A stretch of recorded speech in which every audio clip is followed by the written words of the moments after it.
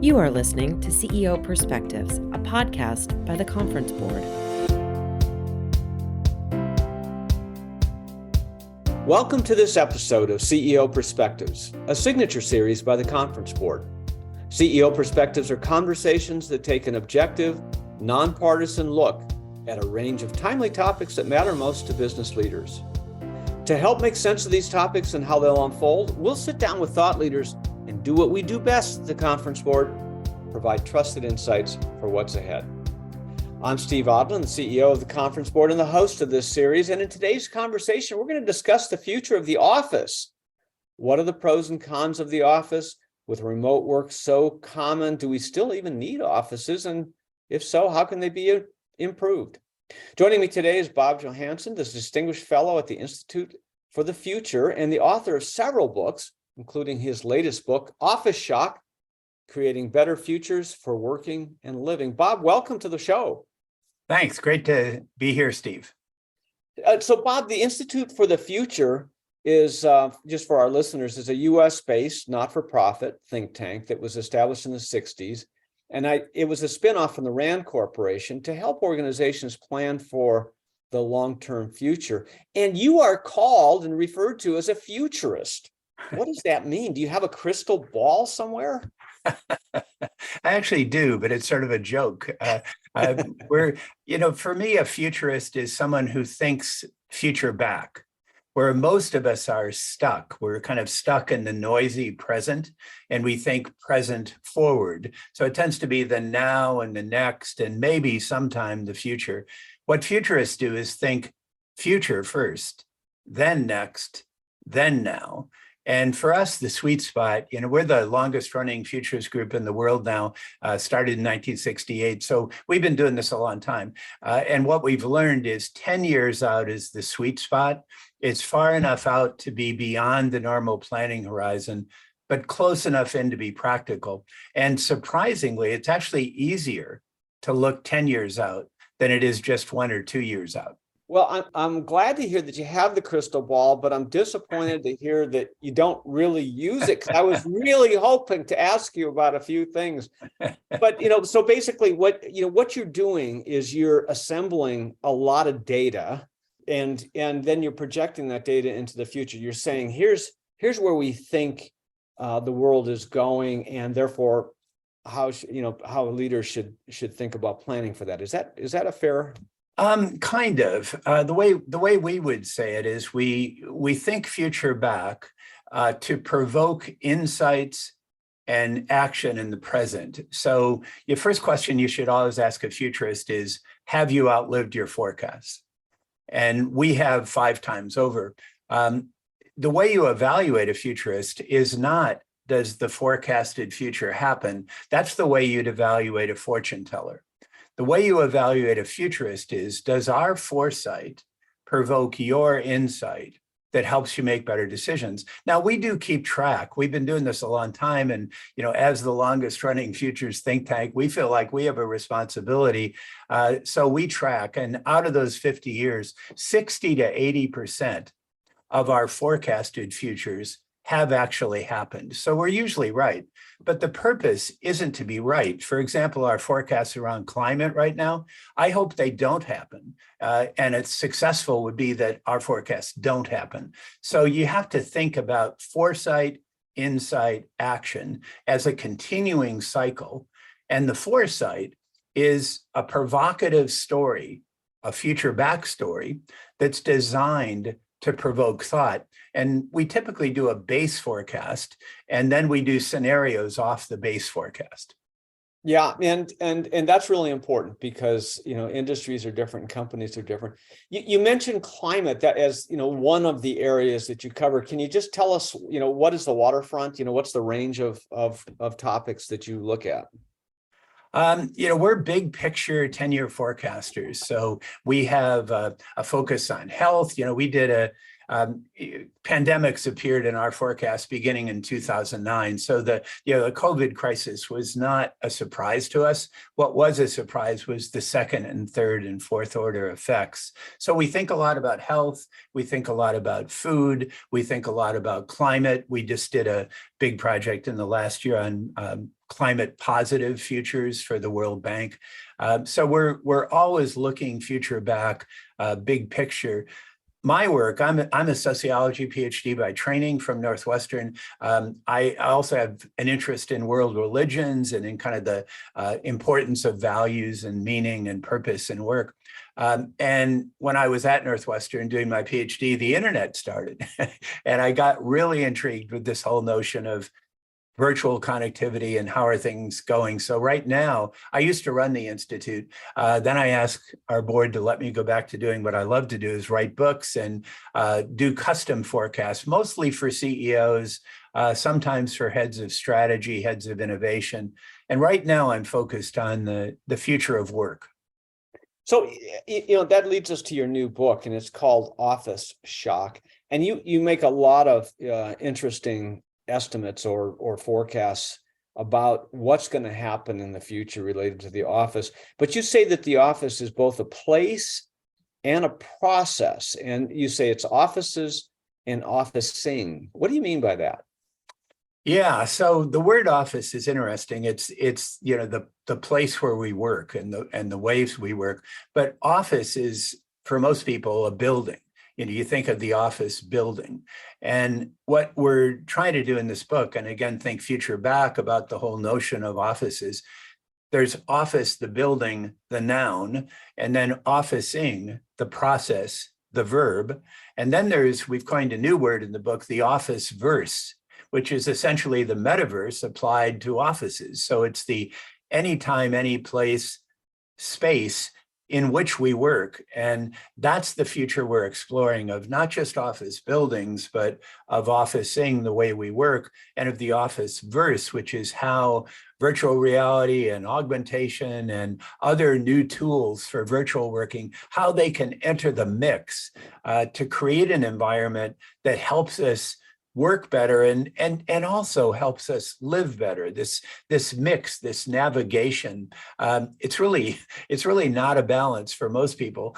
This navigation between work and private life, that's something that we're going to have much more capability to do a better job with. So it's not just about productivity, it's about better living as well.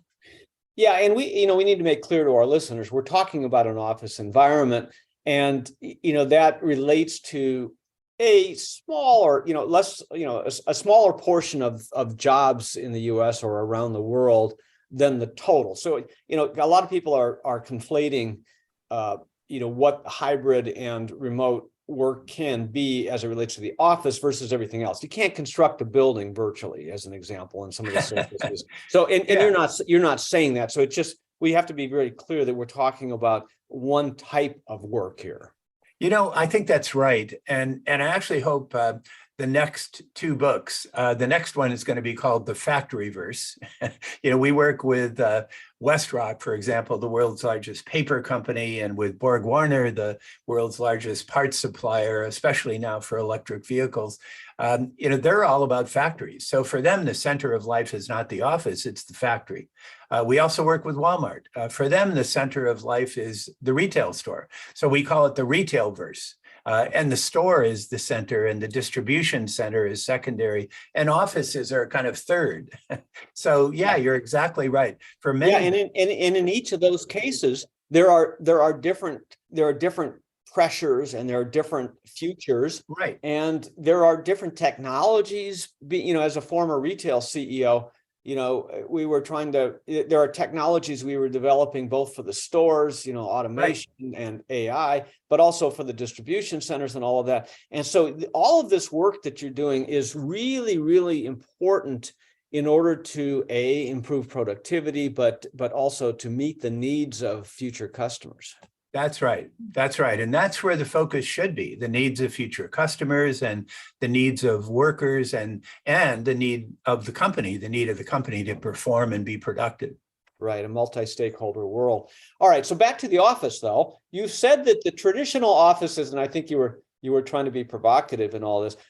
Traditional offices were unfair, uncomfortable, uncreative, and unproductive. Wow, that's a lot of uns.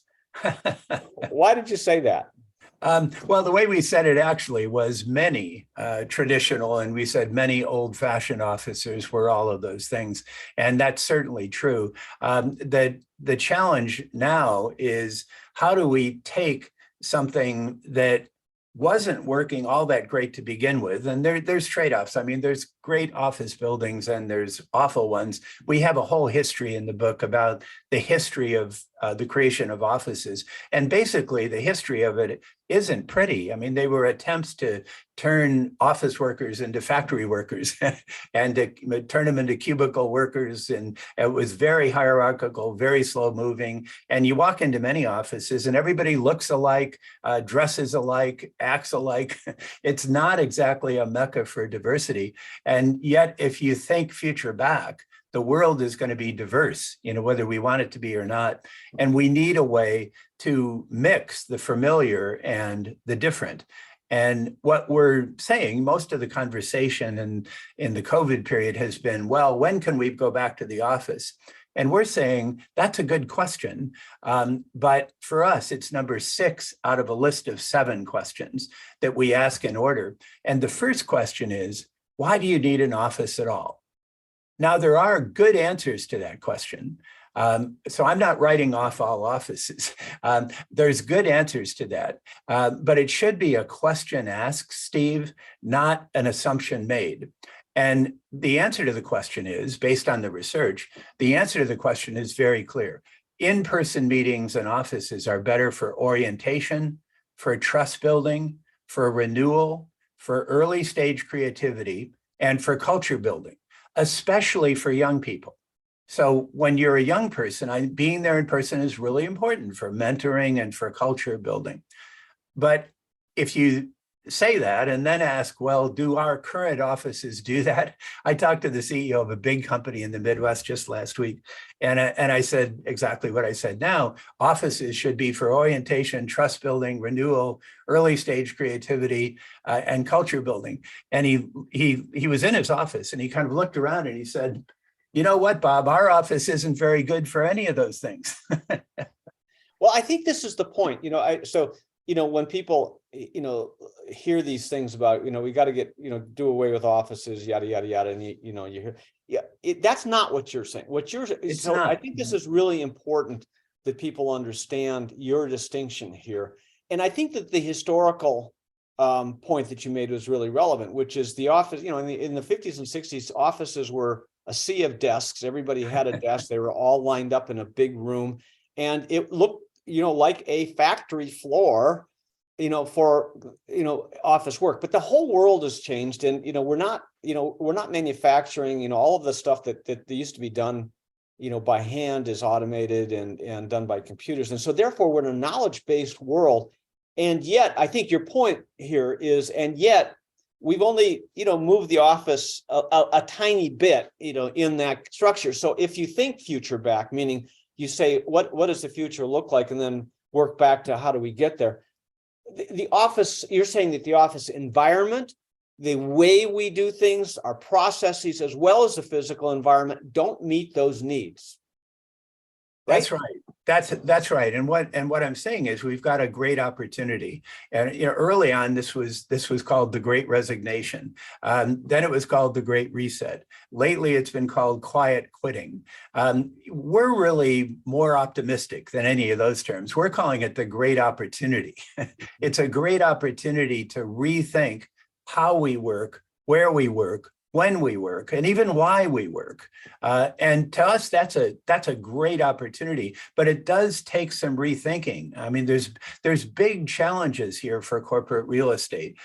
My co-author is Joseph Press, who's an architect by training, an architect with a PhD from MIT. And he was an early workplace architect that later kind of evolved into digital transformation work. So he's really into the blended reality world. And I think that's where everybody everybody needs to be. I don't think in-person meetings are going to go away, and I don't think they should. In a real sense, the more digital we become, the more we're going to value in-person. But the in-person's got to be good, and it's got to be in an interesting place that provokes our interaction, that provokes our orientation, that provokes our trust building. And we can just do a lot better than the old-fashioned office. We're talking about the future of the office verse. We're going to take a short break, and we'll be right back. As you and your company monitor the volatile and uncertain economy, the award-winning forecast team at the Conference Board predicts a downturn by the end of 2022. Recession will further compound the crises that have recently upended expectations, from a deadly pandemic to a war in Ukraine and the highest inflation in decades. Yet, unprecedented crises also present unforeseen opportunities if you have a trusted, proven navigator by your side. With that in mind, and as the Conference Board has always done, we are providing you with daily, timely, and relevant content that will guide the business community through the economic storm. These trusted insights are being gathered on our website and are available to help your company master the challenges. To find out how you can chart a course for the future which will allow your business to emerge stronger on the other side, visit our free economic hub entitled Navigating the Economic Storm, your indispensable guide through the global recession, located at conference-board.org/topics/recession.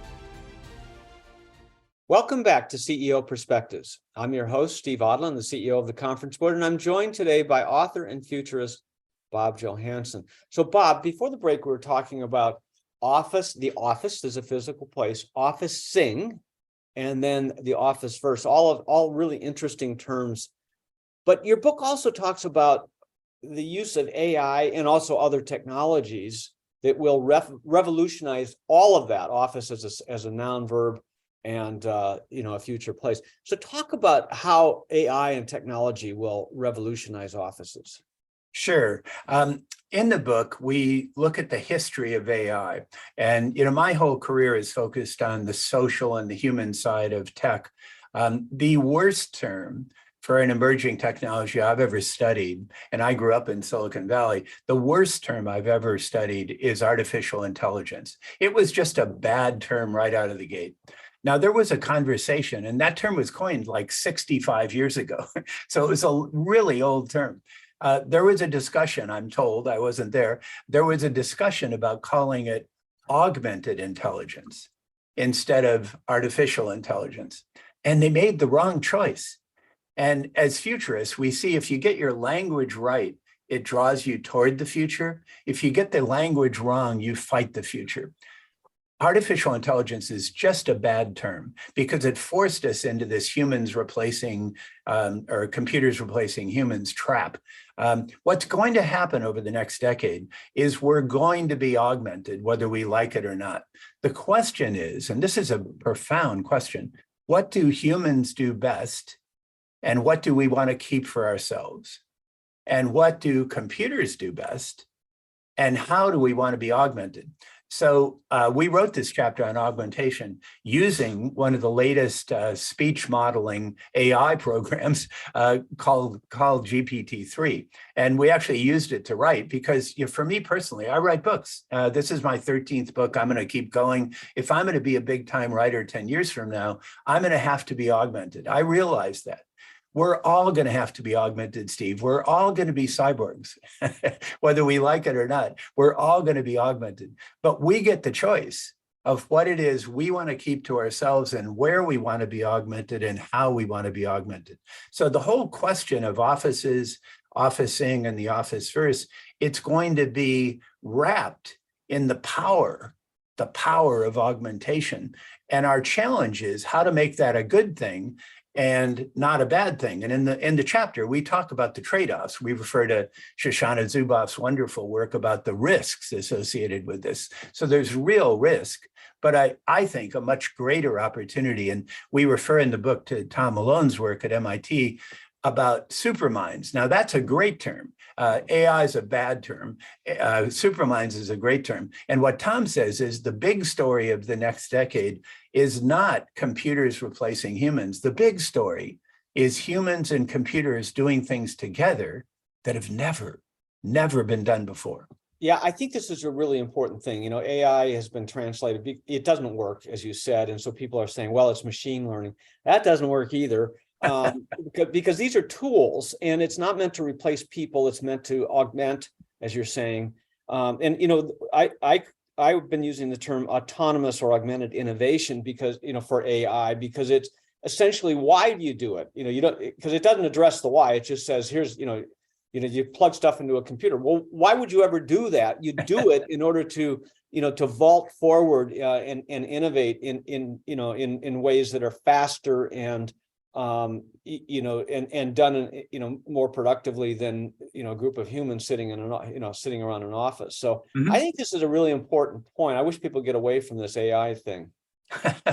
Yeah, I think it's we're sort of forced into it now, and the popularity around Chat GPT that just happened a few weeks ago, and the people trying that out, and also trying out these visual models like DALL-E or Midjourney. We actually used Midjourney in creating one of the images in our book, where you're entering text, but a visualization comes out. It's basically augmented art. I think it's getting practical enough that everyday people and especially everyday leaders can try it out and get a sense of the implications. This is kind of the intersection of science, social science. It is. And physical science. It is. And you didn't I don't know that you articulated exactly that way, but when people talk about, well, there's settled science, it's like, well, that's an oxymoron. There's no such thing. And that's true as it relates to social science and physical science. And so this marriage here, I think if you look at it in the narrow term of AI, it forces you down a funnel, and I think it limits possibilities. That's exactly right. And what we're doing here is to think about the future of work, the future of office work in particular, across 7 spectrums of choice. So we're not telling people what to do. We're just saying, here's the external future forces, like now a trend toward augmentation. Here are those external big waves of change. And we're trying to help people decide, do you want to ride the wave? But at least, how do you avoid getting hit by it? And you can really get hit by this one. And for top leaders, like we're talking to right now, all top leaders are going to have to be digitally savvy. That's already true, but it's going to be a price of entry 10 years from now. The other thing you talk about is the agile office. And, I don't know if you like the term agile or not. I think it's overused, and, it's one of these buzzwords that at some point you want to run out of the room screaming, please don't say it. But, the point is you're talking about that CEOs are trying to figure out how to create the agile office. So in that term, what is an agile office, and what do you think they should create? Yeah, so to me, agility means future ready. It means the ability to practice in low-risk ways. So when you're faced with a challenge, you're able to respond in an agile way. And I am an athlete. I kind of grew up playing basketball, and I got a basketball scholarship to Illinois, and I played in the Big Ten. I wasn't good enough to be a pro, but the lessons of athleticism and being of athletics, they apply here too. We have to be agile. Now, more recently, I'm not a military guy by background, but I happened to be at the Army War College, the graduate school for the Army, the week before 9/11. And I got introduced there to their concept of the VUCA world: volatile, uncertain, complex, and ambiguous. And I think that's a good way to frame the next decade. It's going to be VUCA and more VUCA. It's not going to get less, it's going to get more VUCA. Now, you have to be agile. You have to be a corporate athlete.